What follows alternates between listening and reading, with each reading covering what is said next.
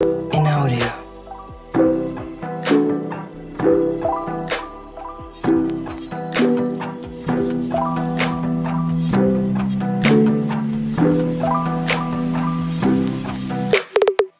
In audio. In audio. In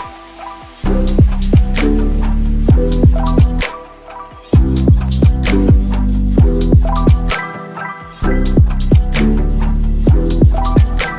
In audio. In audio. In audio.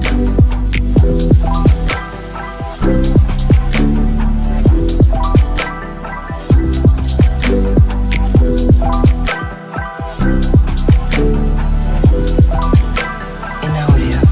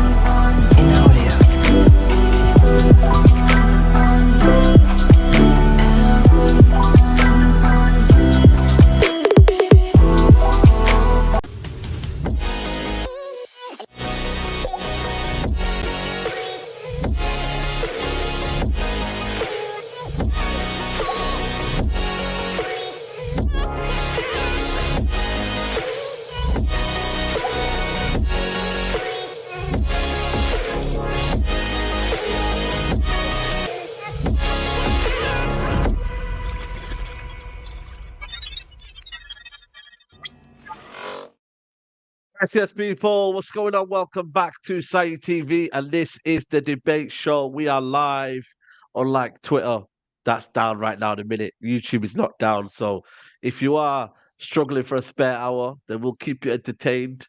But yeah, my big up to everybody's locked in right now. Debate show, you know what it's about. We all debate things, all Manchester United. We got a newcomer on the channel. We got Kempai in the building. Kempai, how are you, mate? What are you saying, lads? Yeah, all good here, mate. Yeah, absolutely buzzing to be on. Thank you for the invite. Yeah, looking forward to talking all things United. Absolutely, absolutely. For those that don't know, give an introduction of what you do, what type of content you do, stuff like that. Yeah, so I make Football Manager content. I've got a second channel which I talk about United. It's quite frequent, quite rare at the moment due to time, starting a new job, etc. But yeah, make Football Manager content. You know, rebuilds, tactics, etc. So anyone that wants anything or plays Football Manager, come over. Why not? Links in the description. Absolutely, absolutely. We got the main man, Neeks. What are you telling me, Neeks? You good? Yeah, man, good to be back. Listen, I wish there was more positive stuff. Every time say he drags me on here, never nothing positive, innit? but it's not your fault. It's Man United, innit? We support the same club. There you go. Yes. but yeah, we're good to be back here. Good to be on. Absolutely, absolutely. We got James Dixon in the building. James, how are you, mate? All good, mate. Yeah, end of term yesterday, so out for drinks, a little bit ropey, but we move. And yeah, Twitter moving like Manchester United's ownership, innit? Absolutely useless, doing nothing. Yeah, absolutely, man. And I think Cam, Dave, you're on the channel. Obviously, we know each other. We've seen each other at Old Trafford. It's good to have you on, mate. How are you, mate? Yeah, not bad, mate. Not bad. It's a good couple of days now that my least favourite player's gone, so I'm enjoying it. Right. Okay. Here we go. Listen, we need to talk about this. You're driving the agenda on Twitter, man. This toxicity I'm seeing on Twitter, it's not good, man, Cam, man. This is a legend of the football club. This is someone who we need to treat right. Come on, man. He's been there for us through the good times, through the bad times. You know what I mean? You need to stop it, man. You need to stop this, man. Yeah, in some ways I'm a bit ashamed of myself for it because it's not obviously not a nice way to treat someone who's been here for 12 years. But I've been driven I've been driven to this point by, to be honest, most of all, the people most at fault for this in the club. It's been obvious for a long time that his performance has been going downhill. He shouldn't have been left out there in the position he is now, where it's having to end like this. We've done it with so many players in the past where any other club moved them on. Benzema won the Ballon d'Or like a year, 2 years ago. Madrid got rid of him already. Chelsea got rid of their club legend Czech because Courtois was there and was better. But for some reason, we always seem to leave our legends in this position where, obviously, look, it's difficult to say to someone who's been a great player for your club that whoever it's been, whether it's Rooney, Carrick was there for a long time as well, countless times over the past 10 years. I mean, even I think Rio and Evra have said the way they left the club wasn't really befitting of players like them. But we don't seem to know when the right time is to say, look, you've done a great job. We'll always welcome you back at Old Trafford, whether that's in a box, whether that's, on the pitch before the game, whatever. Great. Be nice to them then. But it's not a charity. It's a football club, and a football club that want to win. And Real Madrid wouldn't do it. Most of the other top teams in Europe wouldn't do it. When a player isn't delivering anymore, you've got to get rid of them. Otherwise, there's going to be a problem where you leave them out there for 3-4 years longer than they can do, than they should have been, and they start embarrassing themselves on the pitch every week. Yeah.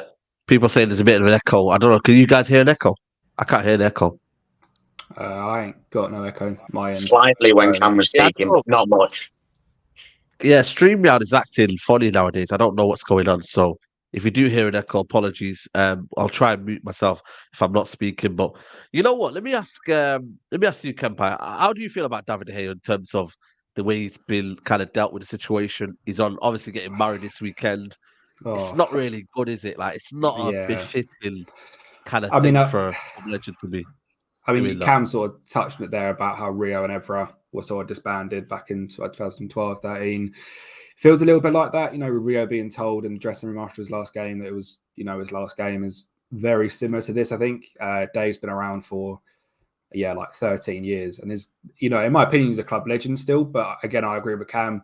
He's been out there. He's not good enough to play the style of system. I think if Henderson didn't kick up such a stinker in the summer that he didn't really want to meet Ten Hag, it would have been Henderson based off pre-season. I just don't think De Gea suits this Ten Hag system at all. I absolutely love De Gea. Don't get me wrong, one of my favourite players. But it is time to go. And to be honest, I don't like the way we've dealt with it, but it is what it is.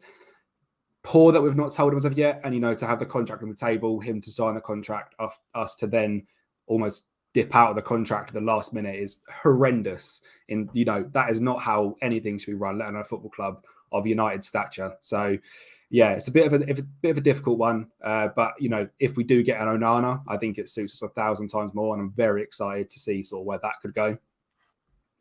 But, yeah, it's peak on De Gea. Very. Yeah. You see me with David de Gea, and I think he's a club legend. Same. Some people saying maybe he's not a legend, he's an icon, and maybe the depth that we've fallen in the last 10 years mean that it's easier for us to, for some, it might be easier for us to call him an icon, a legend, because he's the last one, if I'm correct, to win a Premier League title. I mean, I guess technically Phil Jones has got one, but the less we say about him, the better. And he was a mainstay in that team that won the Premier League title. It was the year before, which was his first year, where he had a bit ropey and got dropped for Anders Lindegaard at the time. But that year he was a mainstay, and since then he's been a mainstay. And yes, I agree he needs to move on. I don't think there's a Man United fan out there who doesn't think that he needs to be moved on, whether it's from the club completely or at least from the starting position. And of course, on the wages that he's here on, do you want to be carrying that as a bench keeper? And you think what the status that he's got at Man United, is he even deserving of? I don't say deserving, so he's worth more than being a backup. I want him to go somewhere else and start, even if it's not at Manchester United. But I think we can express our need to get a new keeper without being disrespectful to David de Gea. And I think the fans, there's a lot of fans who have been very disrespectful to David de Gea. There's a lot of fans when we look online, and I often say I hate my fan base, because I think the way that we treat a lot of our players is disgusting. And people like David de Gea, some players were very good at some point, some players have never been good, but as long as the players are not disrespecting the club and they are trying their best, is there need to disrespect them? You can criticize them, you can analyze them, you can say that you need to move them on, but disrespecting them in the way that David has been disrespected by the fans and now ultimately by the club, I think it's absolutely disgusting. So I know what though? I want what's best for Man United. Right. I also want what's best for David de Gea at this point because it's not good. But it just shows it's a show sort of bad indictment on the club, in it. Like we're not a club that's run right, and that's kind of like stemmed onto the fans, because the fans are acting like the club now in a sense, because we're just kind of wanting short termism, we're wanting a lot of, you know what I mean? It's just like, right, get this might be the next thing to fix it. And I think that in itself, if the club were led right, we'd be able to move David de Gea on maybe a little bit more sooner. But the club have dragged it on now to the day where we don't know whether he's staying or going yet. He's actually been released, James, but we don't know whether he's staying or going. Like, what does that even happen at any other football club? Like, genuinely, like, does that happen at any other football club where a guy's been released but then still has negotiations about staying? I don't think there is. To be honest, it probably does, mate, but because it's not Manchester United, you don't hear about it. Just like the way when transfers happen, you only hear about wages reported when it's Manchester United. The media have this thing about making everything about Manchester United. But listen, not to make excuses, Manchester United have been classless in a boardroom sense for 10 years now, since 2013. Since Ed Woodward became CEO, we've been completely classless. You've got to look at the firing of, LVG was basically handed his P45 and the FA Cup at the same time. And he basically won the FA Cup, got told he's out the door. And you look at multiple players that have been moved on. And whether you think David de Gea is a legend or not, that is a discussion to be had. There will be people on both sides. For me personally, absolute world-class player, great player, not a legend of the football club, but there are reasons that I have for that in terms of trophies and success and stuff like that. So that's for me, that's my personal thing. But I'm not against anyone that says he is a club legend. I just think there's two keepers. I don't want to name every single keeper that we've had as a legend, and there's two keepers that have achieved more at the football club than David de Gea. So I would class them as legends, along with multiple players, your Giggses, your Scholes, Cantona, as disrespectful as that might be to some people. I think he's a club legend. Brian Robson, obviously, as well. There's multiple others. But with De Gea, the very, very least he deserves, whether he's a legend or not, is he deserves a conversation with the football club. He deserves Murta, Arnold, Ten Hag to sit down with him and say, listen, this is what's happening going forward. Whether you're part of our plans or whether you're not, you've been a great servant to the club over the past 12 years, and we thank you a lot for that. This is the direction we are going in moving forward. Unfortunately, you're not part of that, but you're welcome back. Like Cam said, you're welcome back absolutely anytime you want. But like I said, Manchester United have been classless. And like Neek said, that does pass down onto the fans. And me and Cam have spoken about this a bit, and I've spoken about it with Beth as well. And listen, like, I will listen to both sides of an argument. My major issue with what Cam and what Beth were doing in the middle of the season, and listen, you can have your opinion, you can criticise, that's absolutely fine. But there was no way, like, once the January transfer window shut, February the 1st, right, there was no way that David de Gea wasn't going to be number one for Manchester United. So when people are going through and making fail compilations and posting them on Twitter, knowing that this keeper has to play for Manchester United, which is the team you support, and if that for David de Gea, or for Manchester United to win, then David de Gea usually has to play well. So you are going out of your way to make videos and make comments and stuff, disrespecting a player that is going to have to start. It's not the same, although I don't agree with it, it's not the same as disrespecting Maguire. Maguire was 4th or 5th choice centre-back. David de Gea was going to play week in, week out. We're never going to start Butland. We're never going to start Heaton as first choice. So going out of your way when you can't do anything about it until June the 1st just doesn't sit right with me in terms of a class point of view. Like, he's been here 12 years. He deserves to be treated a certain way. You can critique as much as you want. You can say he's at fault as much as you want, and you can want to move him on as much as you want. I agree. He obviously has to move on. But there's a way to do things. During the season, when you need him to play well, isn't the time to do it. And that's my issue. Absolutely. We've got a couple of super chats here from Zami Yassi, Rice, Timber, Havertz will definitely get second at least.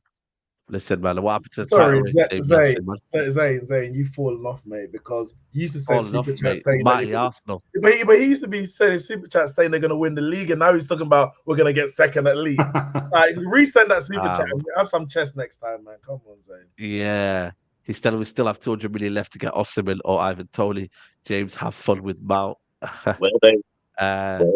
Big up Brandon be talking. Says Reece Nelson is technically released at Arsenal, but apparently a 4-year contract is in discussions. But the thing is, though, with that one, that was in discussions before. I think at least a month beforehand. Now it's not been discussed on the day, is it? Let's be honest. Hey, So it's Reece Nelson. Nobody cares. Like, exactly, this it's not- Reece this is Nelson. our Different first levels. choice goalkeeper. Levels. Reece This Nelson. is our first choice goalkeeper. It's ridiculous. Yeah. Paul 2011 says the biggest compliment you can give David de Gea is in the year where he had reportedly not been good enough, he still won a Golden Glove. Top keeper, very disrespected. I'm a Wolves fan, really respect him. And I'm distracted. I don't understand what this disrespect for the game is about. He was on 375 grand. Stop being sentimental. We are being ruthless, and this is how it's done. You know, Cam, let me come to you. Like, does Ten Hag need to take more initiative in here? Do you think he has taken initiative? Because obviously, if he said to the football club that, you know, he's not going to be my number one and get me Onana, and that looks like the situation right now. Like, does he want him as number two? Because I think for me, he shouldn't be at the football club. I think we should just release him. That's just the way I kind of look at it. Respectfully release him, because I just think there's going to be a lot of problems if he does stay around the football club in terms of, you know, dressing room. And I don't know. I just think there'll be some sort of issue there. Do you think Ten Hag's got to be ruthless here and say, listen, I don't think we should be continuing David de Gea even at the football club? Look, aside from the De Gea stuff's the best way to see it, but I think the biggest issue we've got right now is that the club don't know what's going on. The whole situation is a complete mess from top to bottom. When they first offered him that new deal, there's so many different ways that this whole thing's twisted. When they first offered him the new deal, he didn't want to sign it initially because he thought he was worth more than that. Then he made that mistake against West Ham, panicked and signed the deal. Then the club decided, hang on, yeah, you signed the deal, but we don't want to sign it. Then they pulled off the deal, not on the table anymore. Then they've gone and offered him a lower deal. And now they've said, now Ten Hag's clearly said, I don't want him, I want Onana. So it's pretty clear that Erik Ten Hag, as much as he should have the power to say what he wants to happen with his players, he hasn't got the power. Someone at the club has decided. It's been so obvious, so clear for a long time. David de Gea does not even slightly fit what Erik Ten Hag wants to do.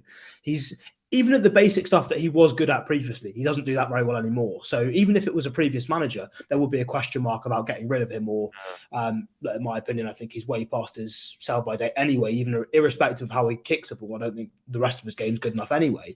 But the point is, if Ten Hag doesn't want him, and it's been pretty clear for some time, the club have to say, right, we'll back the manager. But they haven't. He's a guy that the club don't want. The club have then offered him a new deal, then panicked because they've realised he's not very good, pulled it away. And we've got this mess that we're going on now. Do you know, I think this goes higher than John Murtough, Richard Arnold. I think it goes higher than that. I think it's almost certainly... it could be Fergie, or could be, I think it's someone at that director's table, whether it's the Glazers, whether it's Fergie, somebody there really wants David de Gea to stay and has gone against what Erik Ten Hag wants. And whoever that is shouldn't be having dangerous then, surely. That's dangerous for a manager to impose his authority. It's so dangerous. It's stupid. I don't understand why decisions are being made by people other than the manager. I could understand if you've got a football director or a sporting director and if they're doing some things, because obviously some things are long-term planning, some things are more short-term that the manager would deal with. That's fine. But there's people not on the footballing side making the footballing decisions. And before it was Ed Woodward, now there's about 5 or 6 different people that have been hired into positions with very, very similar sounding job titles, which is probably deliberate, so we don't know what they're doing. But somebody else that isn't the manager, isn't John Murtough, is making these decisions. I think John Murtough's got a lot of slack. He's made some good decisions in his time at the club already. Now, obviously, because he's having to work under the Glazers, look, people have come out and said John Murtough knows his football. He was the one who got Erik Ten Hag in. I can guarantee you, Joel Glazer's never heard of a man called Erik Ten Hag in his life. John Murtough was the one who brought him in. He's brought in Ahmad, he's brought in Pellistri, he's brought in some good young players. He's found alternatives for some of Ten Hag's targets. And yes, obviously... He's also a bad negotiator, though, isn't he? He's also a bad negotiator, though. Let's keep it real. Yeah, he may be a bad negotiator, but I don't think that's necessarily his job. I think this is part of the thing where there's 5 or 6 people with the same job title. The reports are, it's other people doing the negotiations. Was it Matt Hargreaves or someone else is supposedly in charge of that side of things, or Matt Judge before?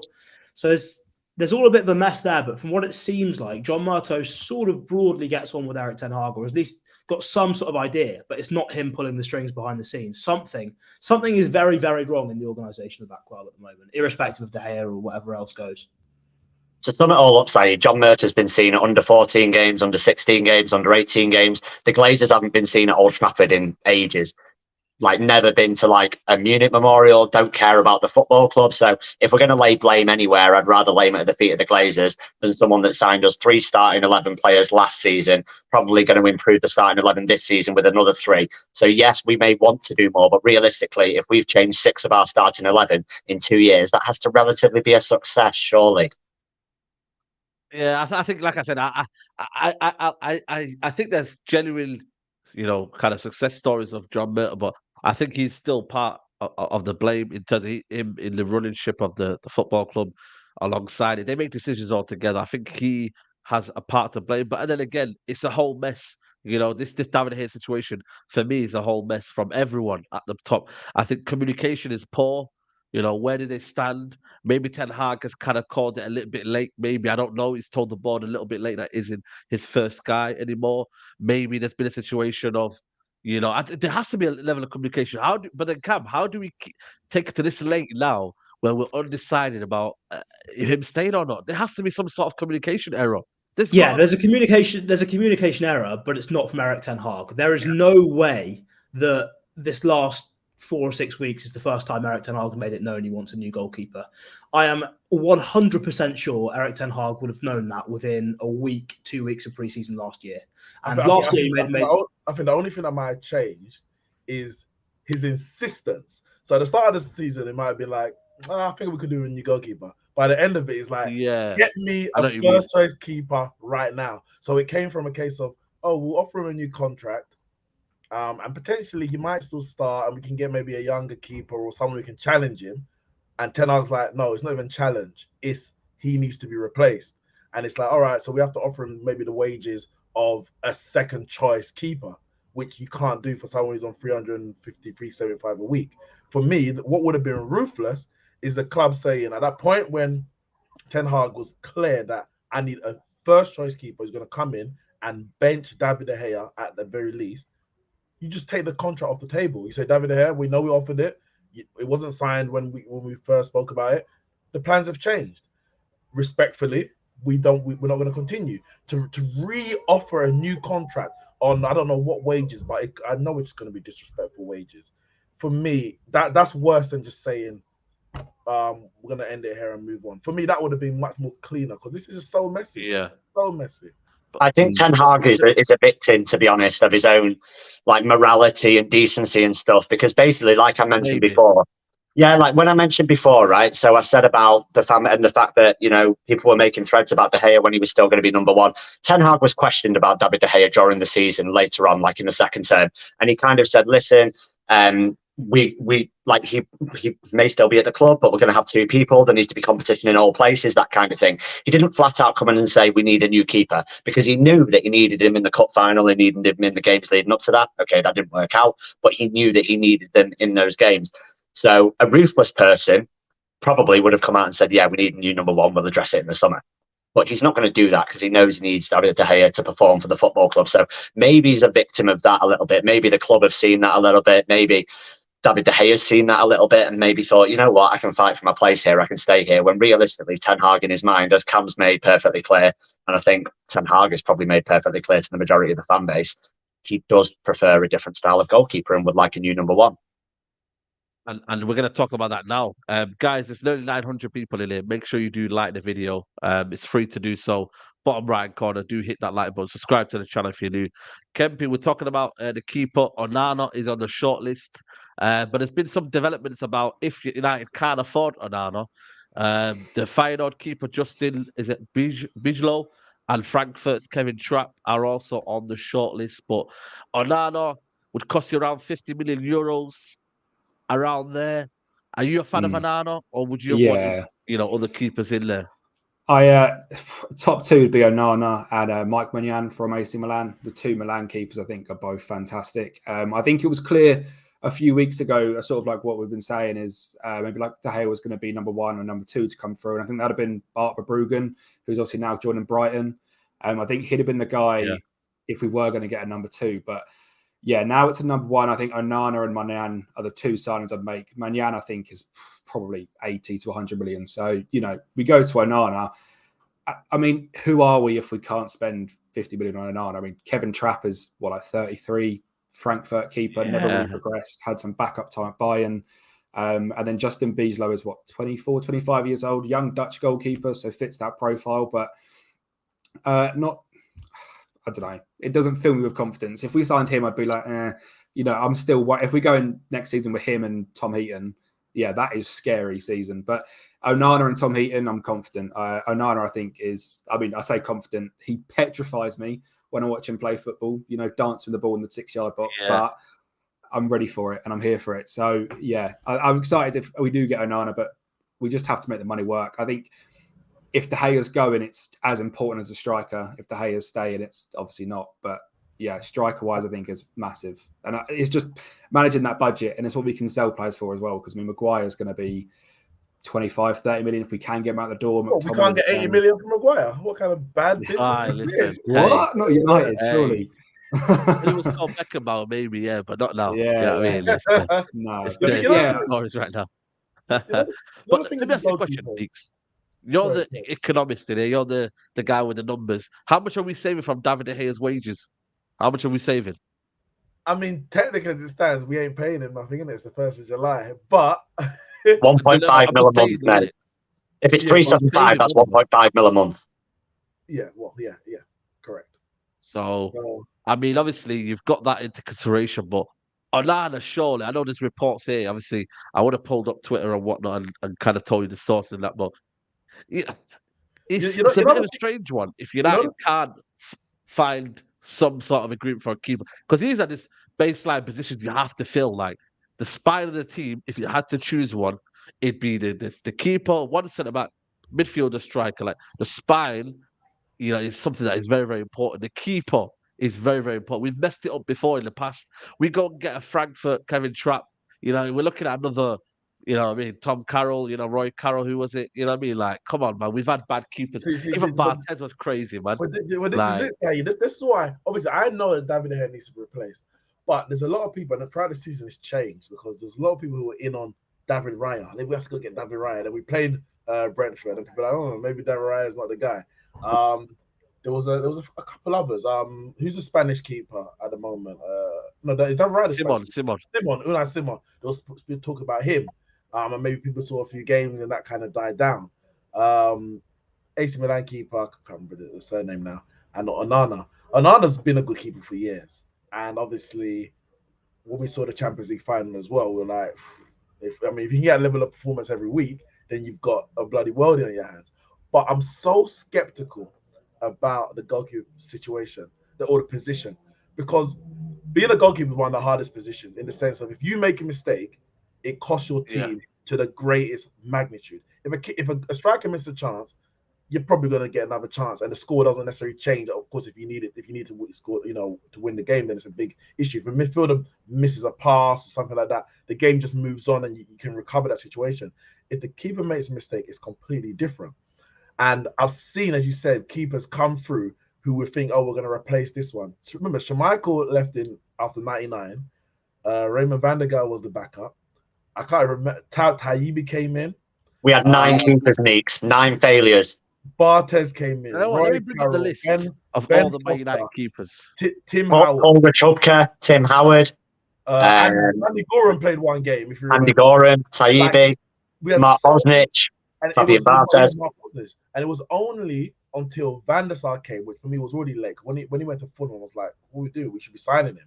But it's only when he came that we finally replaced Schmeichel 10 years later, or whatever it was. And I'm concerned that we think we're going to get this keeper like Onana, who's brilliant with his feet.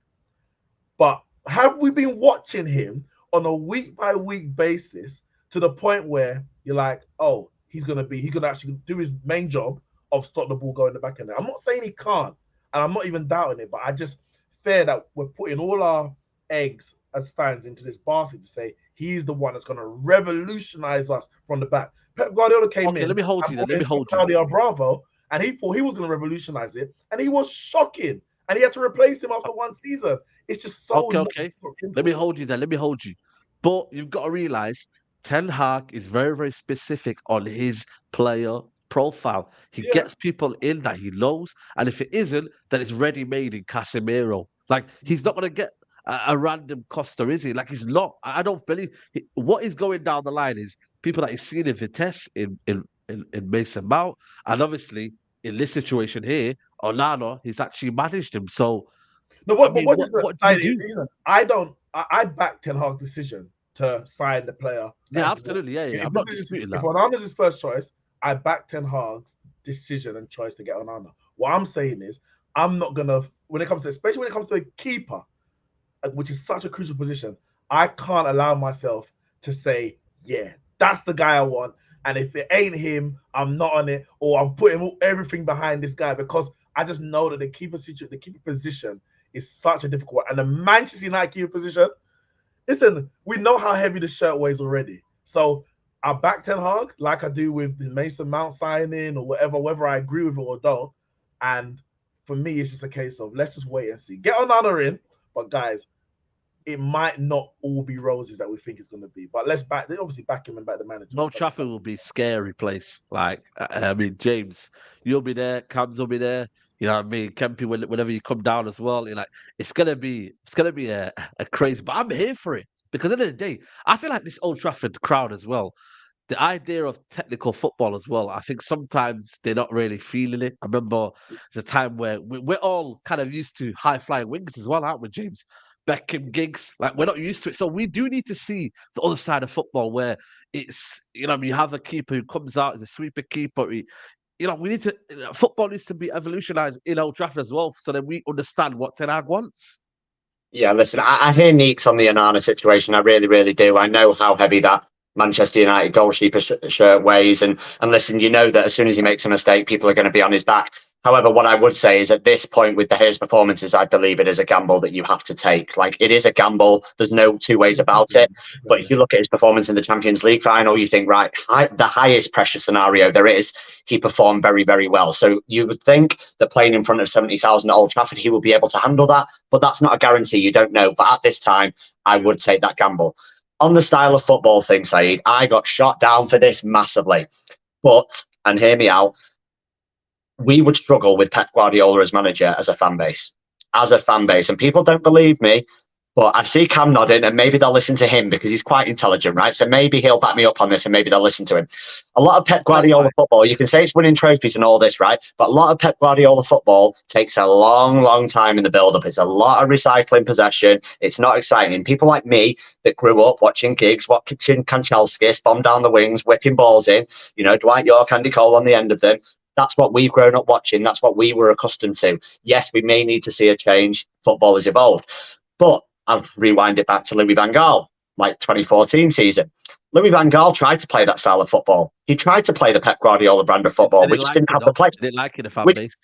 The fan base hated it, mate. It was 0-0 for like 16 games at Old Trafford at half time in his season, and people hated it.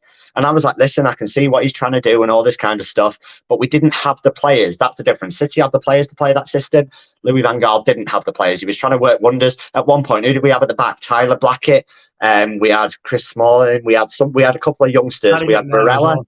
Oh, well, honestly, we had like so many young players at the back. It was crazy. And we were trying to play this style of football. Like if you've not been watching football long enough, Louis van Gaal is unbelievable manager. Like, look at some of his teams in the football. Like he's unbelievable. He came to Manchester United and he wasn't capable of playing that. Eric Ten Hag's come with this wonderful idea of football that he wants to play. After 2 games, he realised he couldn't play it.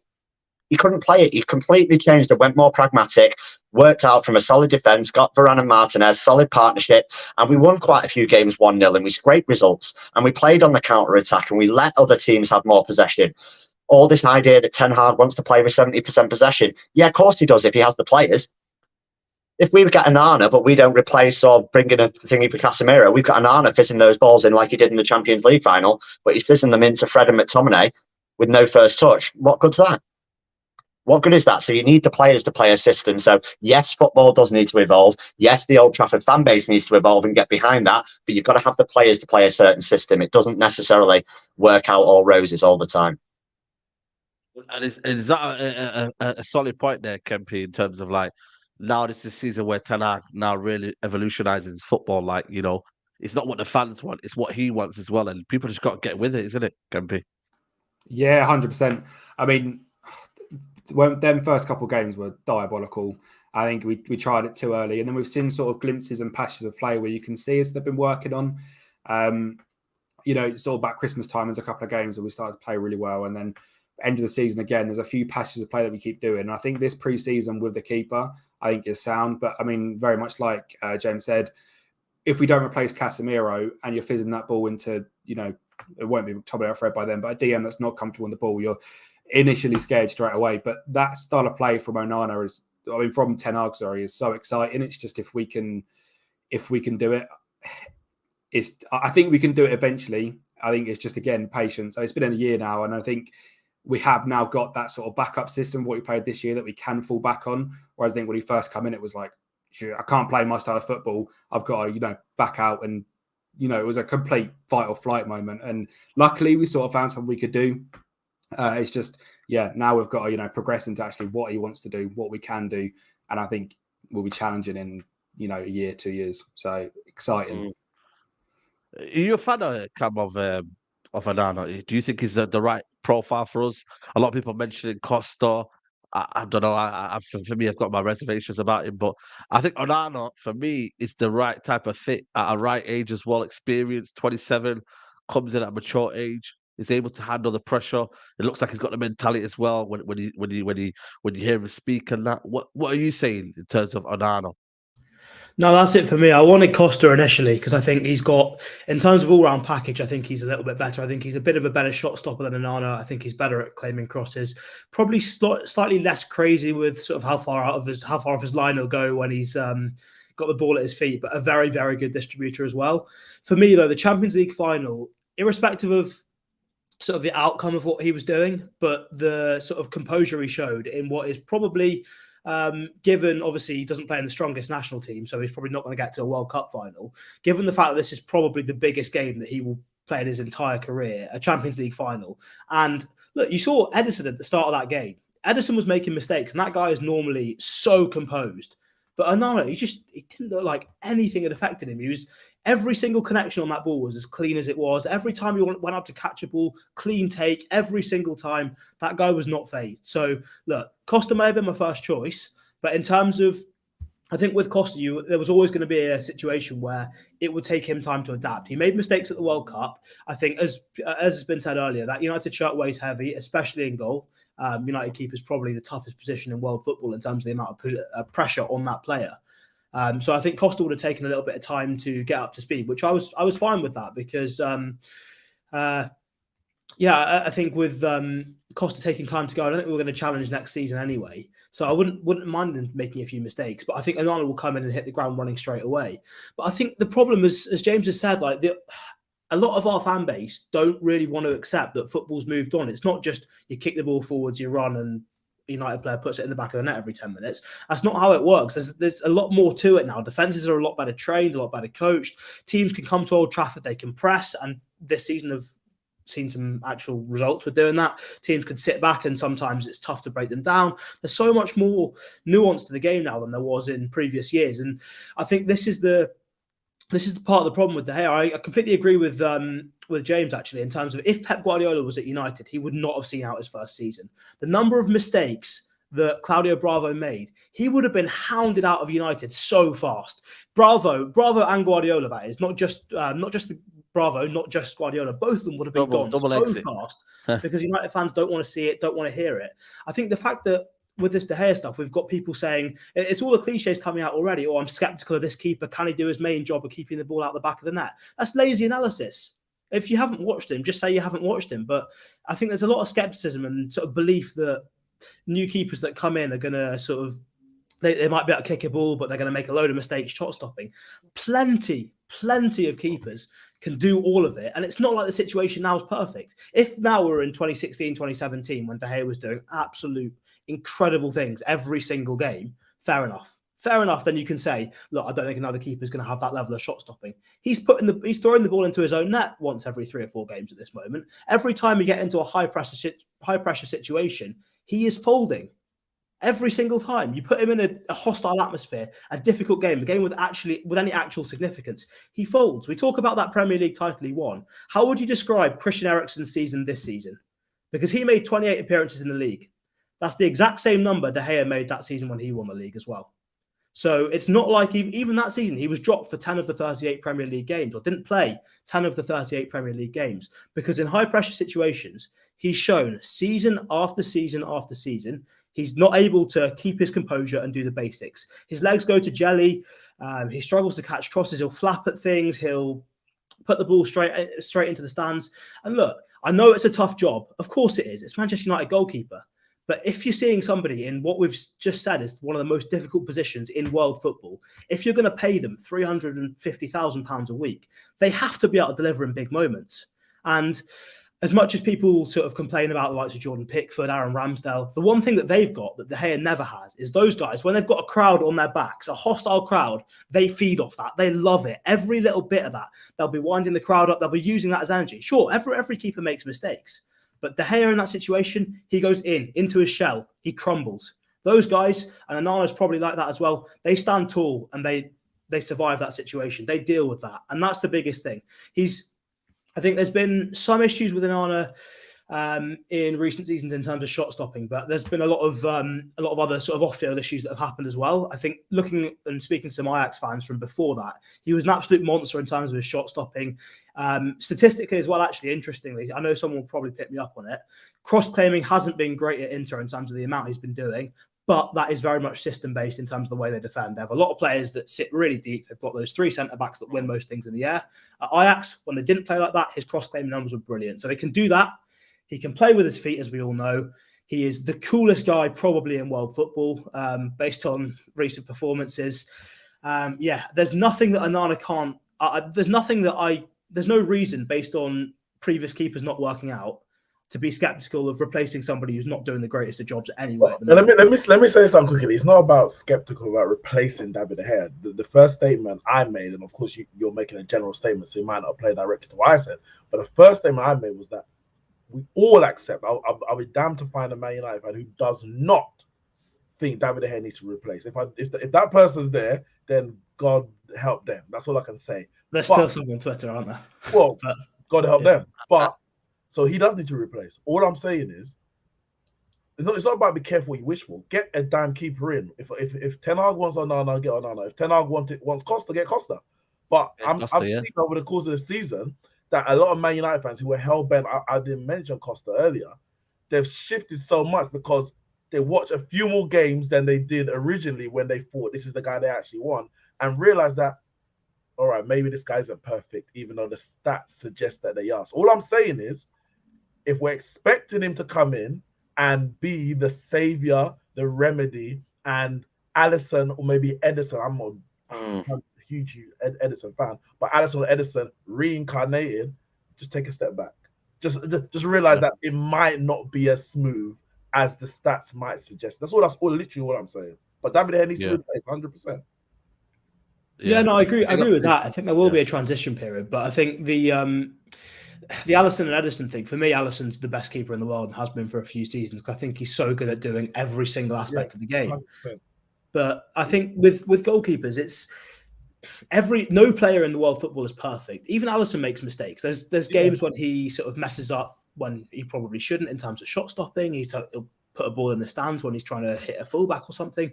Every player will make mistakes, but it's about getting a profile that's a massive upgrade. It's about someone that the mistakes will be a bit more random rather than specifically happening in certain moments, big pressure moments, which is what we've currently got in this situation, unfortunately. So look, if he's going to try and do things that other keepers aren't doing, he's going to make a mistake once in a while. He'll probably get at some point in the next 5 years, if Onana stays that long, if he joins firstly, but if he stays that long, he is probably going to get tackled outside the box and will probably concede immediately, because that's just the way it is. But if, because of his style of play, he pushes the rest of the team up, gets the ball into our forward players that much quicker, helps us play out of a press, the amount of sort of indirect effects that has on the entire team are ridiculous. Even if Onana actually makes a few mistakes doing it, the amount of less running that the rest of the team have to do means you have to rotate less than as well. But also, if you're having to run less, if you're parked and camped higher up the pitch, if you think about what's going through our forwards' heads when they're finishing, if they're thinking, this is the only chance, this might be the only time I touch the ball for the next 30 minutes of this game. Whereas if they're thinking, okay, well, we've been camped in this half for 20, 25 minutes. I know that ball over the top. Yeah. Well, the ball over the top, but even just knowing that you've got someone, if the opposition clear the ball, so a keeper that will get the ball straight back into your forward players or play through the lines quickly. Yeah. If you're a striker, you've got way less pressure on each chance because you know there's another one coming in 2 minutes. We've dominated the ball here. Yeah. I back my team. Now, you know De Gea's putting it in the stands. You're not going to see the ball for 10 minutes. Yeah, absolutely. Big up to Joe No says every United fan needs to watch the Mount as an 8 versus Burnley 2020. It was a glimpse into the future and what he will do at Man United. He will explode. And smack the likes. Big up to you, Aidan Teller. I will repeat the rest of that one, but please do smack the like on the video. It's 1.1k in here. We need a like target of 500 likes on people. Let's talk about that one. But we've got some breaking-ish news this evening coming from the Corriere dello Sport. According to it, it's saying that United have been rejected of a bid of 35 million euros, which is 30 million by Atalanta for their young striker. They want at least 45 million euros for him. Kempi, I don't know if you know much about Hojlund, but are you a fan of him? Do you think we should spend that amount of money on him, 45 million euros? What are you saying? Yeah, 100%. He's the guy. That's. I've been on the Hojlund hype train for, I'm not going to say a long time because no one has for over a year, but 3 or 4 months I've been clamoring for Hojlund. When you watch him, he looks outrageous. He's, outrageously fast. The battle of Haaland-Hojlund excites me a lot as well. Just the names and them both being Scandinavian is great. I'm a huge fan. And I honestly did not believe it was going to be 45 million euros. There was talk a few weeks ago of 30 million quid and then it was like 80 million euros. So to see we've chopped them down and ready to that is fantastic. First choice would obviously be Harry Kane, but it's not going to happen, is it? Let's be honest, especially this summer. So Hojlund is my number one guy, and then I think it gives Garnacho that little bit of space to develop on the left. If we then need to play Rashford down the middle, I think it's quite an exciting signing because all the pressure doesn't have to be on him. From this season we have shown that Rashford can definitely play down the middle. And it gives, like I said, Garnacho that space there. If he wants to play on the left, he can. Sancho, Anthony, we've got the options out wide. And if Rashford needs to cover in, if Hojlund's, on a 3 or 4 game spell where he's not scoring a goal, Ten Hag has already shown his fantastic man management. He'll take him out. He'll take him at the fire line. Relax, son. Have a week off, come back, bag a couple of goals, and that's what he'll do. I'm hugely excited. If that's a legit story that's coming out, I am absolutely buzzing with that. What qualities do you like from him in terms of what he can give us in terms of his? He's got tremendous pace. Yeah. I think his positioning when there's a goal threat is ridiculous. He's got the intelligence to kind of peel off defenders. I like that off him. But do you worry that him being the only striker that we get it could be a bit of a problem in terms of experience as well?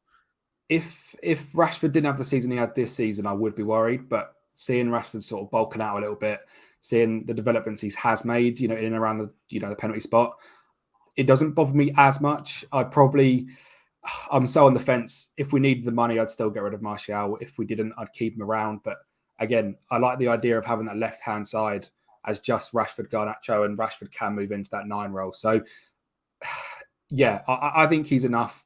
There's a few, clips I've seen of him, his outrageous pace, pressing goalkeepers. He can dribble. His touches are fantastic. When looking at some of his stats, his touches per 90 are absolutely outrageous. Seems to get involved in a lot of link-up play, progressive passing as a striker. Seems to be able to can drop into a hole and then playing the wide players out wide. So hugely excited by him. And obviously as a FM player, he's an absolute baller on FM. So excites me a lot. Yeah, absolutely. Big up Sophia Football Talk said if it's possible we get Hojlund and Taremi leaks. Are you a fan of Taremi? I'm not gonna lie to you. I just feel like we've been here before, signing over 30-year-olds, and then we end up he is a bit of a goal scorer though. He's a bit more mobile, a little bit more than what we've got in the past. But I mean, do we really want to go down this route again? Let's be honest, Neeks. I don't have an issue with signing 30-year-olds. I have an issue with signing Mehdi Taremi at 30 years old. Like that's my issue there. I wouldn't go that far. Hojlund, I'm cool with that. I'm cool with. Obviously, there's Hojlund we've been linked to. I know we're talking about a bid.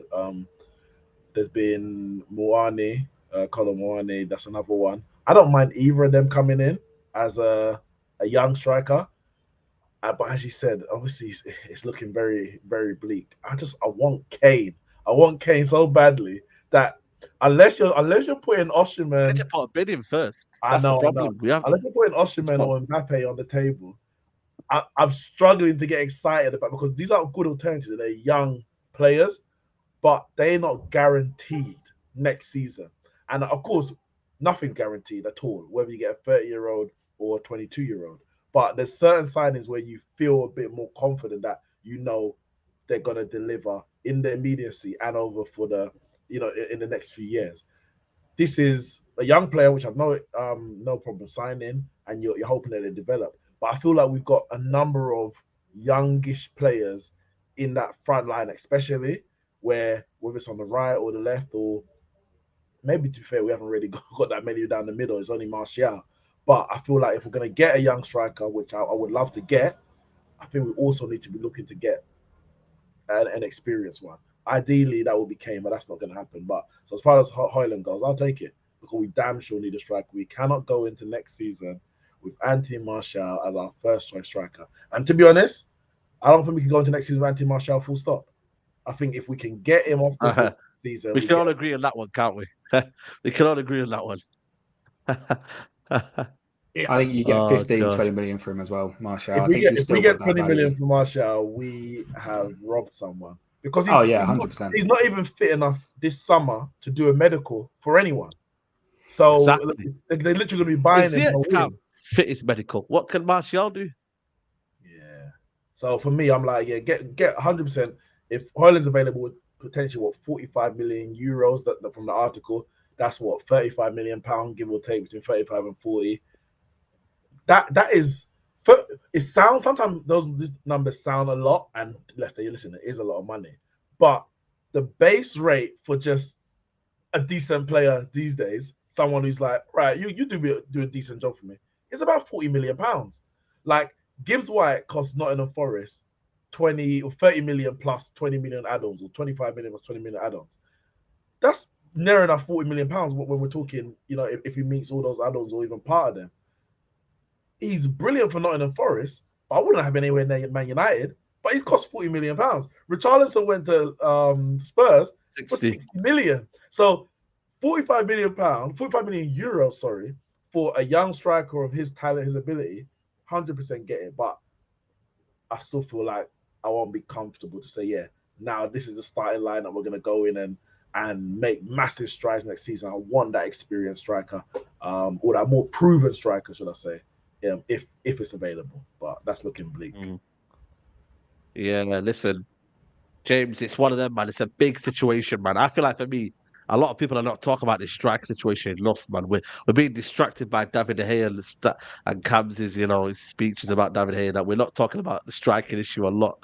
Like we've had a whole monologue and situations about David de Gea, but bro, like this striking situation is bad, man. Like we can't be relying on Rashford again. Like surely not. Martial's not there. Even Weghorst, people to blame Weghorst anymore. He's not coming back. Like but the thing is, you need Hojlund and how you spell it, but Hojlund or whatever. You need another striker as well. Like it's crazy when you think about it. Like it's a long season, It's a long season. It's mad. Yeah, so let me balance it out with a monologue on the striker then, if you've already had one on De Gea. The striking situation needs sorting, mate. Let's face it needs sorting. And people are going on about Hojlund, and he only got 9 league goals last season. Well, guess what? Wout Weghorst got 0 league goals. Anthony Martial has 10 league goals in 3 seasons. He's on £1 million a month. 3 years is 36 months. That means he's cost us £36 million for 10 league goals. That is £3.6 million per Premier League goal for Anthony Martial. So if you think he is the answer to Manchester United's striking options, you need to give your head an absolute wobble, because he's not. With the Hojlund situation, I think you've got to be careful what you believe, because like we said before, it was reported literally a couple of weeks ago that Atalanta wanted 80 million euros. And I was like, geez, where's that come from? That's crazy. That's like Ramos money and not far off Kane money. And I was like, that's absolutely crazy. And then all of a sudden 35 gets rejected and 45 million euros is what they want, which is like 40 million quid. And it's like, you know what, for that, he's worth it. He's an improvement on what we have at the moment. And if we sign him, I think he starts the season as our starting number 9. But I have said before, I do think Erik Ten Hag likes the profile of Marcus Rashford as a number 9. I really, really do. That's not what I like. That's what Erik Ten Hag seems to like by everything he's said and everything he's done. And I can see a situation where he starts Hojlund in the number 9. And then depending on what happens throughout the season, he may move Rashford over there and then bring Garnacho in on the left and play Rashford through the middle. So he may do that. But yeah, we do need 2 strikers. But at the end of the day, budget aside, we don't know. And you've got to fix the leaks, right? If you're on a ship and it's sinking, you've got to plug the holes first, right? So you look at our starting 11 and you look at last season, and what were people complaining about? People like Cam, Beth, and many others were complaining about De Gea, and rightfully so. People were complaining about a striker, Wout Weghorst, and rightfully so. And people were complaining about Eriksen later on in the season. He was tiring and he was struggling and could only play 60 minutes. So those 3 positions, if you get Onana, if you get Mount, and if you get Hojlund, you've essentially plugged 3 holes in the starting 11. Now, you can go on about our transfer business, and Manchester United don't do great business. But like I said before, you've got to sort out at the beginning what needs sorting. Like it's all right for Manchester City because they've been running like a smooth ship for years and years and years. So what they do is they don't have 300 million transfer windows. They replace ahead of time. So they go and sign 2-3 players a season that are for the future, and they never get to a situation where they need 3 players in their starting 11. They just replace for the future, and their squad just rolls over. We're in a position where our squad is weak, but we can't address our squad situation until we address our starting 11 situation, because our starting 11 lost 7-0 to Liverpool. Our starting 11 lost 6-3 to Man City. It lost to West Ham. It lost to Brighton. It lost to Brentford. It lost to Sevilla. It lost to City in the FA Cup final. Our starting 11 is where the issue is. So if Murta, Arnold, whoever you want to give credit to, if they go out and improve the starting 11 by 3 players, then I think you have to applaud them for that. I really do. Absolutely. Big up to Fuad Kodani's army. Says Hojlund as second option and Tony in January attack. You don't know what kind of Tony you're going to get in January. That's the only kind of issue there. But yeah, listen. Might be worth a punt, you know. I am a big Ivan Toney fan. Depending on price and stuff, it might be worth a gamble. He'll be more, but it'll be more valuable to get the punt count. Say they have a shit start to the season. Though, and they're not scoring goals, and they're basically in the relegation zone. And then Ivan Toney comes in January, starts scoring goals for fun. Like he then becomes more valuable to them, doesn't he? So it's a sticky one. It really, really is. Glaze Belair just him in, says Caleb Bay. But where are you, Cam, in terms of the strike situation? Because Hojlund is a good player, but is he the answer? I don't know, man. Do you think Ten Hag is underestimating this kind of position? Or do you think he loves Martial too much that he's willing to keep for another season and try again, really? Look, this might be surprising, but up until, he got injured. Was it Fulham last day of the season? He got injured somehow again. And, he missed that one through another injury he'd somehow picked up. There was the previous, it sounds ridiculous saying it, but the previous injury before that, I think that was the one that finally properly killed him. Because up until then, January, Everton. Was it Everton or January? Was it Manchester Derby, was it? Or it was a game where he got injured at half time, though. Everton, he came on at half time. Yes, it would have been Everton. that. Yeah. But yeah, after the one where he most recently came back, you could see the things that he was good at before that nobody else could really do was his first touch was incredible at pretty much any angle you played the ball into him. He could hold off a defender and he could turn them. He can't turn now very quickly. First touch has slipped and he can't run the straight line, which even in that sort of period where he couldn't really change direction quickly, he could still run relatively fast in the straight line. Can't even do that now. So there's no point putting any faith in him unless he's got some sort of incredible doctor somewhere over in the world that he visits over the summer that helps him out. I've got no idea what he's got, unless he's got some magic, how like City send their players to Barcelona or whatever for their specialists. Unless he's got some random incredible specialist somewhere, nothing's happening there. As far as Hojlund's concerned, though, he's a good player. I think what he's got, and it's interesting stylistically, he's a little bit similar to Rashford in the sense that if you play them as a 9, they've both got a lot of threat on the last line. in terms of, because they're both really quick, they're going to push that defensive line deeper and deeper and hopefully give you more space in the rest of the pitch. So I can sort of see why, if Hojlund came in, Ten Hag might like the idea of him and Rashford rotating as nines, because obviously they've both got that element. I think Hojlund's link-up play is far better than Marcus Rashford. His box movement's much better than Marcus Rashford as well, although Rashford has improved that quite a lot this year. But I also quite like the idea of Taremi. Now, obviously, I know he's he's not sort of one of the biggest names in Europe, but if you look at his profile, he's very, very similar to Harry Kane. Now, obviously, he's not going to be as good because Kane's been doing it at the highest level for a long time in a dysfunctional team. But Taremi's goal scoring record is pretty good, and stylistically, he's very, very similar to what we want from Kane. And I think I think most fans would probably agree that if United could sign any striker profile-wise, Kane is the best fit stylistically in terms of making everybody else around him better. So why not have someone that's got the same profile at least, even if they're not quite as good, if you then plan to go and get Kane on a free That's next what we've year? been though before. Not right profile, but just isn't good enough to do what we need to do. I feel like we've been here before. We always get a player that looks similar to what he is, but isn't quite good enough, if you know what I mean. Have we done that before? Because from what I've seen before, we just tend to go and sign a random big name that's a different type to whatever we need.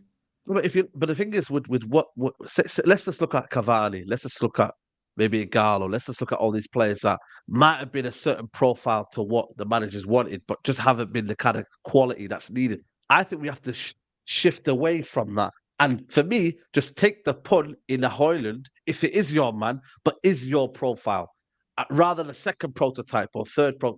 I think if you're going to do something, do it 100% rather than half-hearted. I think when you're doing it half-hearted, you're then leading up to a problem where if you do sign him on a 3-year contract and he isn't your guy and he does end up flopping, we've then got another issue of trying to get him flogged off the football club when we can't already. That's my issue. But if it is, so be it. If the manager wants Taremi, bring him. But I just feel like we've been here before. Like I don't know, you guys agree or? I don't know if profile-wise, Igalo and Cavani, I don't think, look, maybe this is harsh on Ollie, but I don't think he had a profile in mind when he was buying strikers. I think it was very much just he's a fairly big name. We need a striker. Go get him. I think with Ten Hag, what he's shown in previous squads, particularly at Ajax, was that he sometimes likes to have two different types of striker in his squad. So he'll have a pure striker, but he'll also have more of a centre forward option as well. So if he wants to have that option of a last line threat, so he's got Hojlund and Rashford, but he also wants someone who's more of a centre forward, get involved with the link-up play a bit more of a focal point, then Taremi's a perfect option for that. So if he wants two different types, it's not like the manager might want two different profiles so that he can interchange. He's done that. He's done that before in his previous clubs. So I think it's possible he might do that again now and have that option to switch and then maybe go in a different direction longer term. So I think he could possibly want two different profiles, but the point is, whatever he wants at this point, Ten Hag, trust him from my perspective. Yeah. In terms of player sales, there was a question that was brought up here about, why can't we sell players to fund Kempy? Anyone that you think we could, Sancho possibly, anyone that you think we could get some funds raised? Because apparently there isn't much money this summer to spend. No. Who were you looking at? He obviously was setting £100 million budget before sales. So that's your Onana amount, really, isn't it? And after that, it's who you can sell. I think, Maguire, 30 million, if someone will take him, buzzing if they do. McTominay, 20, 30 million. Fred, you're getting 10 with a season left. Alanga, possibly 10. Brandon Williams, 5. De Gea's wages off the books, you have to take that into account because, like we said, it's $1.5 million a month. Absolutely. So it's 10 million, say it's an extra 5 million because the player you're going to bring in is 7.5 million a year. So an extra 5 million in that. I mean, I wouldn't sell Sancho. I don't think it's time to, give up on Sancho just yet. I think there was a few spells where he was off the left at the end of the season. He was very good. It's just not consistent enough. It's just, I think he's got another year in him. And after next year, we're sitting here having the same conversation. Then he's out the door. But he deserves at least another year. Martial, like I've said, 15, 20, 10, 5. Like I say, it's again £1 million of the wage bill a month. That's our biggest problem, though, isn't it? The wage bill is astronomical. So who's going to pay 10 million when they're going to offer him 100 grand a week and he's taking a 600 grand a month pay decrease? So yeah, we've shot ourselves in the foot a little bit with that bit through just poor ownership and poor running of the club in the last 3, 4, 5, 10, 12, 15 years. So yeah, I think we can get 60, 70 million overall.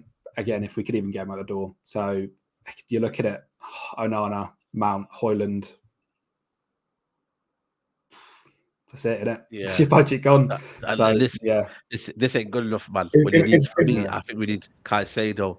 I think we need Caicedo badly, man. absolute dream. Yeah. If we only sign, if we only sign Onana, Mount, and Hojlund, it's a 5 out of 10. Strap in, lads. That's what I'm Struggling. saying. I don't think we're making top 4 with that one. I'll be honest with you guys. Wait, I'm conceding lower than top 4 at the we're minute. making top 5 with that, and I think 5th place gets Champions League now, so we'll be struggling to get top 5. Like, we need 2 midfielders.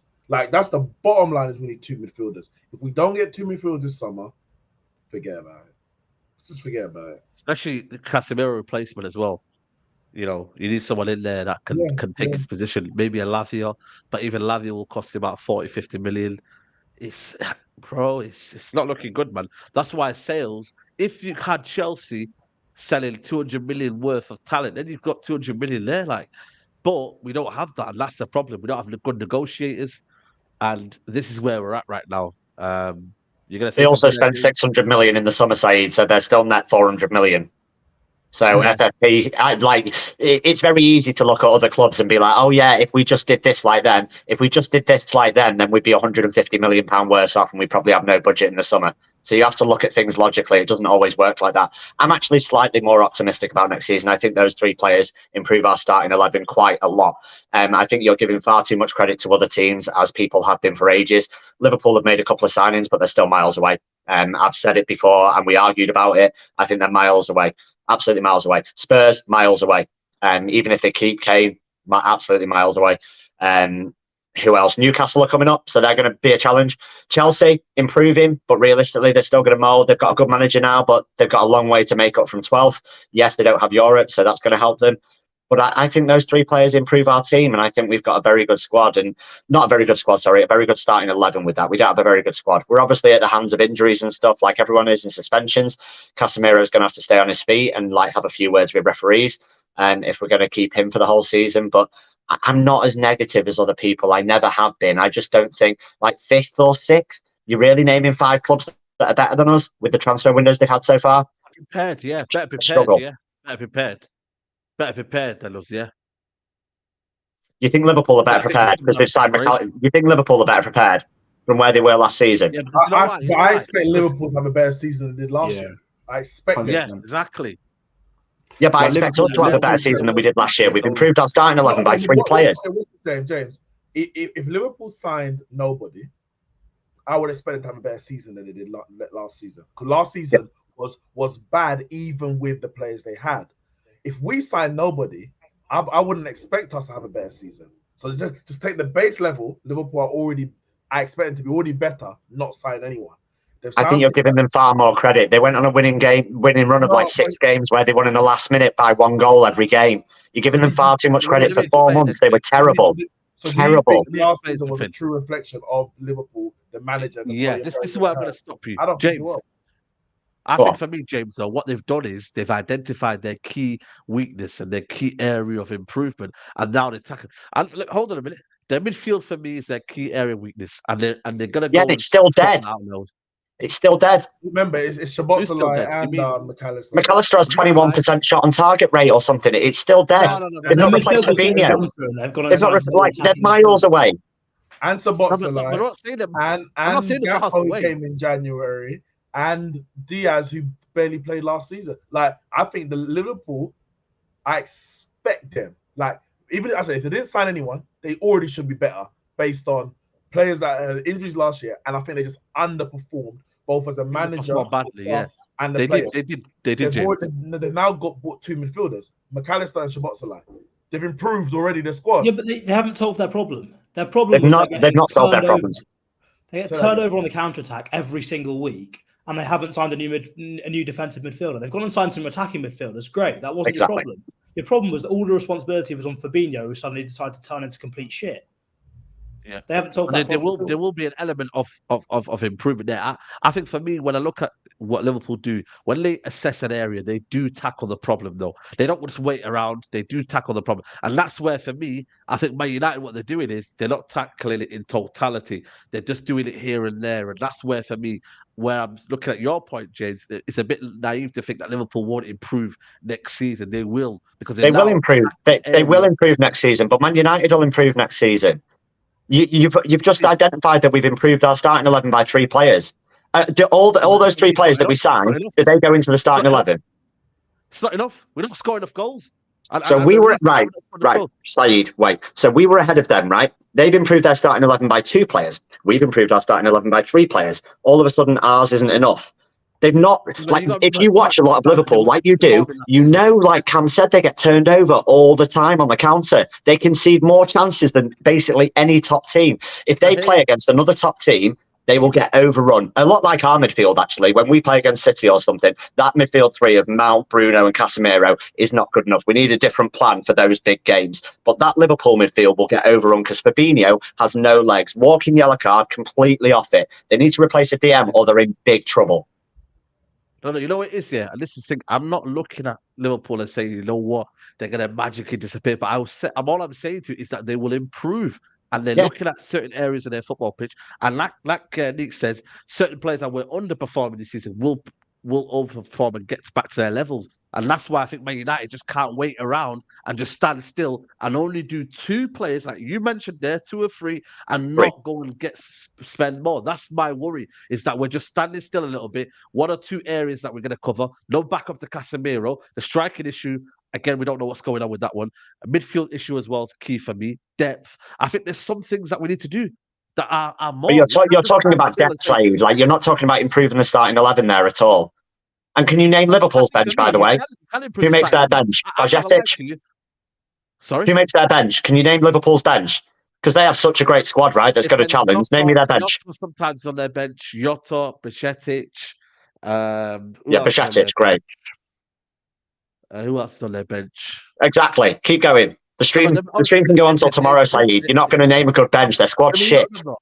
What I'm trying to say to you is, they're trying to improve right now. They're improving. They're trying to find the areas. So are United. Why can't you see that?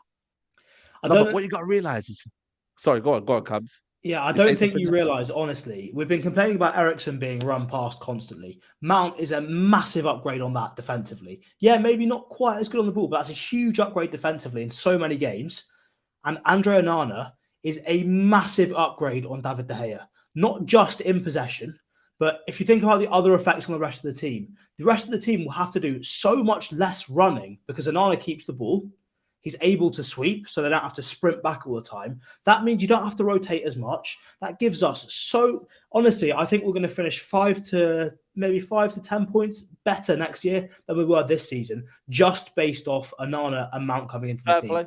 That's fair. Which means Liverpool need 13 to 18 points more to catch us, by the way. If you're right, if we finish, what was it? 10 points? 5 to 10 points. 5 to 10 points. So we talk. Okay. If we did that, then yeah, cool. We'll be in the top 4. Fair enough. But I see it differently. I see there's other areas of the football pitch where I'm a bit worried, especially in midfield as well. You mentioned these other areas. What are these other areas then? The balance squad. For me, the balance in midfield. If you were in charge, what would you be changing in that starting 11? I think for me, the balance in midfield, it worries me a lot. I think Casemiro, the backup to Casemiro, if he does get injured, I think the striking issue up front is a worry for me. That area for me is a big worry in terms of goals. So I'm looking at midfield there that I've just mentioned you there. I think it's going to get overrun in that midfield. I don't think there's balance in that midfield. Again, other people are open to their analysis on how that midfield would work. But the way I kind of look at it, I think we're going to get overrun in there. And I think ultimately we won't have an element of control. United need control in that midfield. And I don't think that midfield has any element of control. That's one thing. And then obviously up front, there's a lack of goal scoring in that midfield, in that up front area. And that is obviously only Rashford that's scoring goals. Anthony, he needs to improve. Sancho needs to improve. Garnacho, for me, funny enough, will score goals, continue to score goals. Because I just think he's got that hunger, he's got that consistency about him. That's the areas that I'm looking at. But, like I said, if I'm proven wrong, then that's where football's about. You know, you're proven wrong. Right now, I'm just giving my assessment. That's a fair assessment. I think Liverpool will get better, and United need to keep pushing on, making that improvements and not looking around. Do your own job and get the depth that you need. to we kind need of continue we next need a season. centre back. We need no one's mentioned. We need a starting centre back. When I say starting, See, I'm not even looking around there no, because I but we think actually one do step at a because time. But listen, you know, Varane and I Martinez. did mention that as well. Listen, Varane and Martinez, I'm completely happy with them as their abilities and their qualities as players. But you cannot guarantee that Varane's going to be fit for the whole season. You can barely guarantee. That's a big that worry for me as you're well. really going to have to pick and choose the games that you want him for, because you cannot guarantee that week by week by week, whether you're playing 2 games a week, 3 games a week, or even 1 game a week, that Varane's going to be there. Hence why we were in for Kim Min-jae, and we're not going to get him. He's going to Bayern Munich. That is a massive. We're talking about selling Maguire. Cool, 25 million. Which centre back are we getting for 25 million? Who's going to be good enough to stand in when Varane is not there? And that's we're talking half a season at least. Yeah, but like Lindelof, I think the end of the season, last season, Lindelof 100% showed he's good enough. Lindelof, Lindelof is brilliant. If Really, Lindelof really was good. at Again, AC it's, Milan, you know, we'd be clamoring we've been here to sign before. Lindelof 40 mil. You lot, listen, maybe these players ain't tortured you lot enough. A lot of these players have tortured me enough. I need a centre back. I'm not doing that. I'm not putting my faith in. But listen, Varane is a world-class centre back. Maybe I rate him highly. Shaw needs to stay at left back, by the way. Shaw needs to stay at left back because I don't think Malas is good enough to beat him. I agree with that as well. But maybe I rate Varane much higher than other people. Lindelof ain't. No, Varane's fantastic. Varane is fantastic. In Varane's postcode. He did. No, but that's why it's third choice. Yeah, but he's better on the ball. Lindelof's better on the ball than Varane. You have to see that, surely. But when you got Onana and Martinez, I agree. I'm looking for a defender. I need someone who's not going to get bullied. But he wasn't towards the end of the season. He wasn't. He was fantastic. He did not get bullied. He was over Haaland. He was at full for the first goal in the first minute in the FA Cup final. That's a good point. He got bullied about. Because he lost a header against Haaland. He hasn't lost a header against Haaland. Varane's lost headers against Haaland. Happens regularly. 18 seconds in, like you can't even. I think for me, it's an FA Cup final. I can't. Of course I can. No. I think that's a bit harsh, but I get where League's coming from though.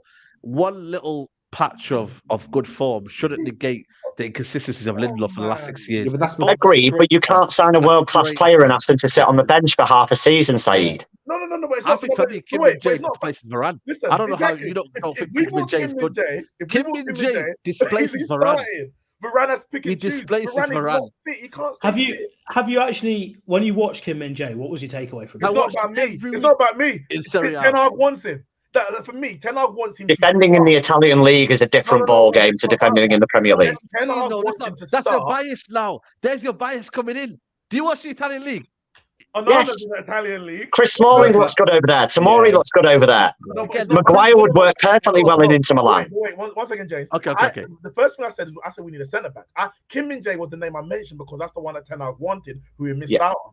I'm saying we need a centre back. So I don't care about whether I watched this person, that person. Ten Hag wanted a first choice centre back, someone who's starting for their club, our top club, and is now gonna go to another club. So if we can't get him, who are we gonna get? So I'm just taking back to the point that Mount, Onana, and a 22-year-old Hojlund, who scored how many goals last year in his first year in a proper league, the Italian league, by the way. We're relying on that potential. I'm just not. That's the worry. So we're goalkeeper, defender, midfielder, striker. Prioritize them. It's about the quality as well. But prioritize them in order. You said K. Oh, sorry. Say that again. Goalkeeper. Goalkeeper, defender, midfielder, striker. You need to sign 3 out of the 4. Which ones are you signing? Well, obviously, should really be prioritizing. For me, strikers. Or maybe Ericsson Hag has to. Watch this. At the end of the season, so forget contracts and that kind of stuff. End of the season finished. For me, midfield and striker, you're talking right there in terms of priority. Then goalkeeper. Then goalkeeper, then defender. Yeah, so 4th. So if Eric Ten Hag has a budget, he's going to spend, which is my whole point. You can't rate replacing Varane over replacing Ericsson. You can't. We're moving. We're starting moving the goalposts. I'm not saying that we don't need a goalkeeper or a midfielder or a striker. I'm saying if we don't get all 4, and we actually need 2 midfielders. If we don't get all 4, because these are massive deficiencies. It's not just we need this player, we need a player. If we say we're getting Kane, there's a difference between Kane and Hojlund. A striker is not just a striker. There's a quality Agreed. striker. A Mount is not necessarily as good as maybe other profile. I'm not saying Mount's not good, but just getting a midfielder doesn't solve the problem because they play in that position. We kind of sell what we got Lindelof, therefore he's a centre back that can play there. Bloody hell, we got Phil Jones, sign him up for another year. So No, completely different. it's the quality Completely of, different. no, I'm exaggerating a point to make a point. The point is we need a quality centre back as well as the other three positions. Can I ask one question then? So everyone's convinced Liverpool are going to improve. Man United won't improve. That's fine. What happens if? No, listen. Let me ask the question. Let me ask the question because that's what you said.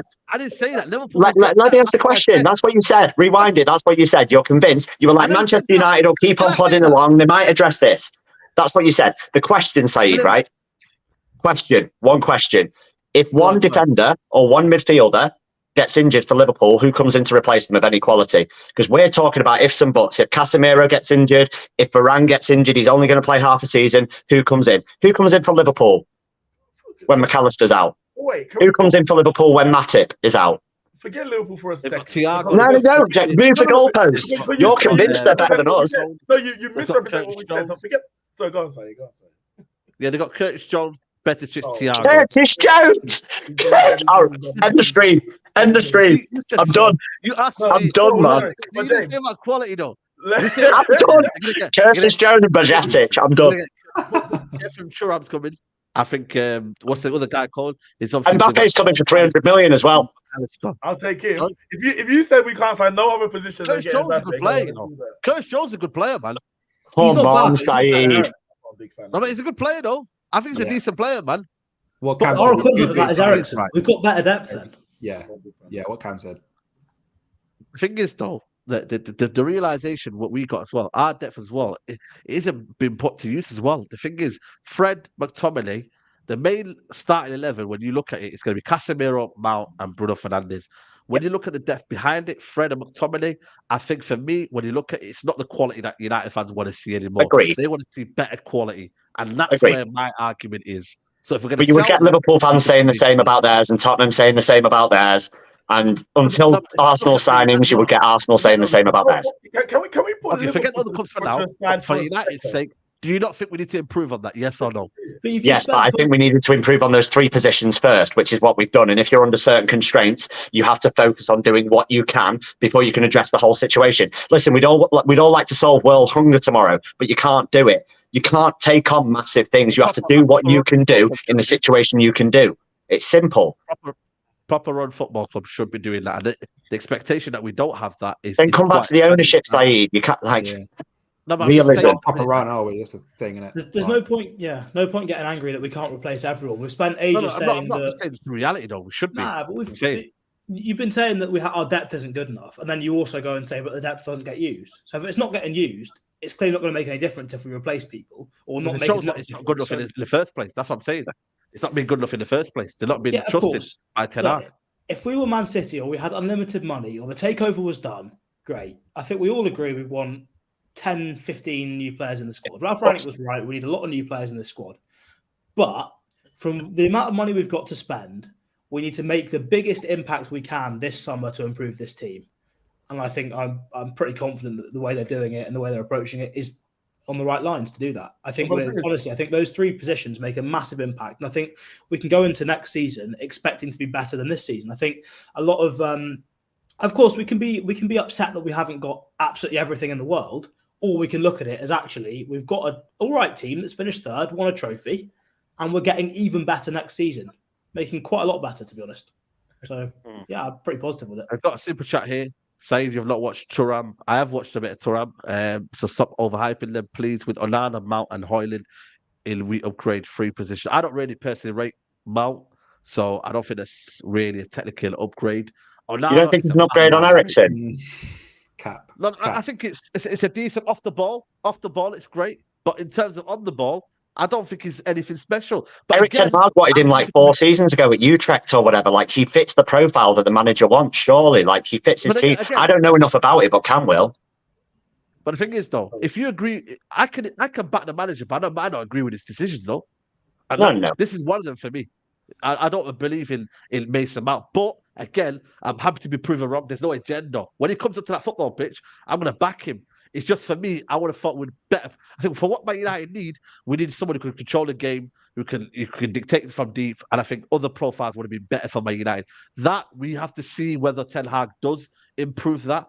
So we have to see, really. So I think for me, that is a question that has to become for later on. The two big clubs in the country owned by Americans, and we're both miserable. Listen, it is what it is, man, people. But we're going to wrap it up here. It's been a good debate show. I thought it was going to be a bit chilled, man. I don't know why. Who set it off, man? It's always Was it me. you, It's James? always you? me. It was you, Always. James, man. It wasn't me. It wasn't me, man. It's But always listen, me. people, Watch a Shaggy. Yeah, You it's call it the always me, debate show, man. and then people cry when we debate. It's mad. Yeah, exactly. It's true. It's called the debate show, man. Guys, still 1.2K in here. There's been a high volume of interaction here. So please like the video. There's only 19 likes till 500. 500 likes were the target. So 20 of you like the video right now, people. We're going to go around. Everyone shout out their channels. We'll start off with you, Statman Cam. Let them know what you do, what you get up to. And any David de Gea slander you've got anywhere going. Yeah, no, it's that on all platforms. There we go. And yeah, I do a lot of stuff on United View as well. Yeah, man. Big up, man. Honestly, one thing, I sometimes disagree with your opinions, but I see, for me, the knowledge that Cam has got, man, make sure you follow him on his socials, man. It's top quality football content. So make sure you do follow him. Link will be in the description. James, it's been a pleasure, man. Yeah, big up, man. Big up the panel as always. I know people sometimes think we all argue and we're not friends, but honestly, we're all friends. It's football debate. It's all fun. But James Dixon _PT on Twitter, James Dixon PT on Instagram, football, fitness content, that kind of stuff. Big up Saeed and big up the chat. Absolutely, absolutely. Neeks, it's been a pleasure, man. Big up to you, bro. Yeah, man. Thanks for having me again. Great debate. Neek Sports on YouTube and Twitter. Neek Sports Insta on Insta. Yep, absolutely. And big up to you, Kempy. Solid debut, mate. Big up to you, man. Hopefully bring you on again. Yeah, cheers, man. Absolute pleasure. First time coming on a show like this. Absolutely buzzing to come on. Yeah, so KempyXI on everything: Twitter, Instagram, YouTube, Twitch, Football Manager content. Second channel as well, slowly coming with United content. So looking to make more and more bits like this. So yeah, subscribe and keep it locked. A massive thanks to the panel as well. Absolute pleasure. Yeah, big up to you, man. Big up to you. Last super chat before we wrap up. Bonfield's Dunia experience says the other important improvement is going to be Ten Hag second season. Yeah, listen, the involvement of his football will be a thing because I want to see us less. I want to say counter-attack transition, but a lot of control. I want to see an element of control as well. But again, that will come with next season. The players that he's got, how they acclimatize, and how they, follow the instructions. So we'll see on that one. But for people, I'll be back tomorrow. People, take care. Enjoy Twitter because Twitter's down. Take care.